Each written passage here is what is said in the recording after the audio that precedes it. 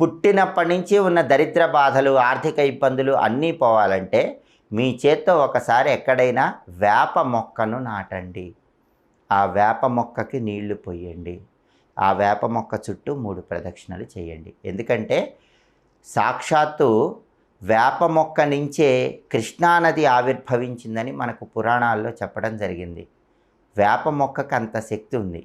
అందుకే ఎవరైనా సరే సమస్త జాతక దోషాలు, పాపాలు, దరిద్రాలు మొత్తం పోగొట్టుకొని జన్మ దరిద్ర దోషాలు పోగొట్టుకోవాలంటే వేప మొక్కను ఒక్కసారి తప్పకుండా నాటాలి.